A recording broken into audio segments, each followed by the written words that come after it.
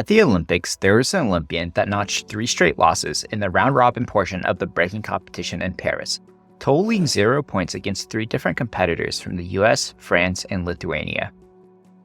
Her moves made her infamous and brought about a wave of backlash from those questioning how she got into the games at all. And to be fair, we were questioning the same thing. How could you not, after Olympian totaled 0 points across 3 different attempts?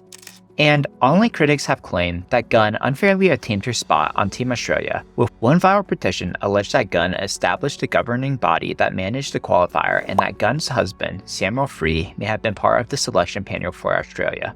So in this video, we provide a quick recap of who she is and a timeline of what happened while substantiating or debunking the backlash made against her. Rachel Gun, or Raygun, holds a PhD in Cultural Studies and a BA in Contemporary Music from Macquarie University, where she now works as a lecturer and researcher. A lot of her research has to do with breaking, the temporary Olympic sport that propelled Raygun to fame. So while she does not hold a degree in breaking, a fair amount of her research are associated with breaking. In December of 2020, breaking, sports climbing, surfing, skateboarding were confirmed as additional sports for Paris 2024. Breaking was added because it would attract the younger, social media savvy viewers that they were seeking, according to USA Today, and it may have done just that.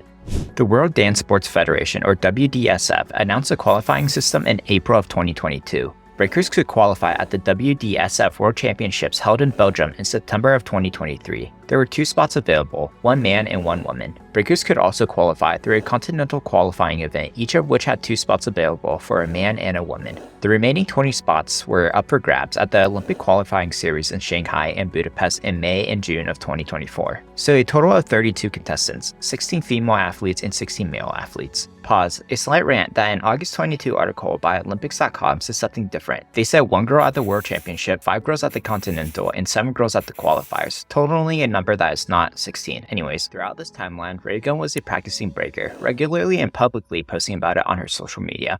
In September 2023, Gun competed at the WDSF World Championships, the first opportunity to earn her spot at the Olympics. B-girl Nikita of Lithuania took the first place qualifying spot.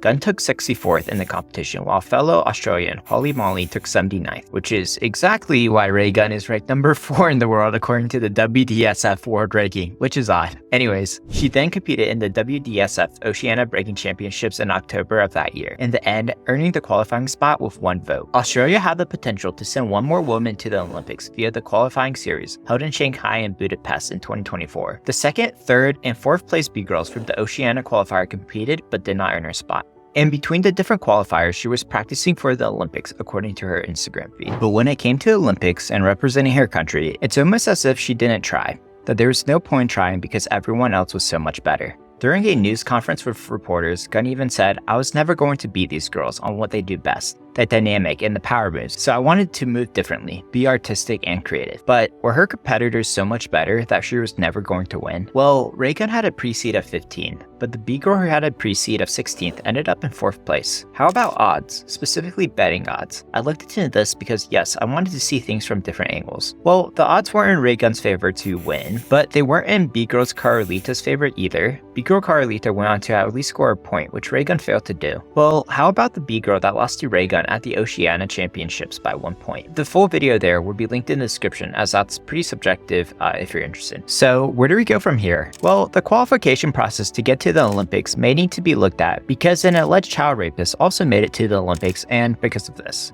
But maybe also cherish this moment, because this may be the closest we get to a so-called average person at the Olympics. But also yes to freedom of speech and criticism, but the backlash against Rachel has gone quite far. Raygun, now famously infamous and viral, may look for a gig outside of what she normally does. With reports of her being a TV personality and retaining a talent management company, it's a sign that her career could be headed in a new direction. Anyways, if you believe there's something good or bad that could be learned from others, subscribe for more allegedly independent reporting.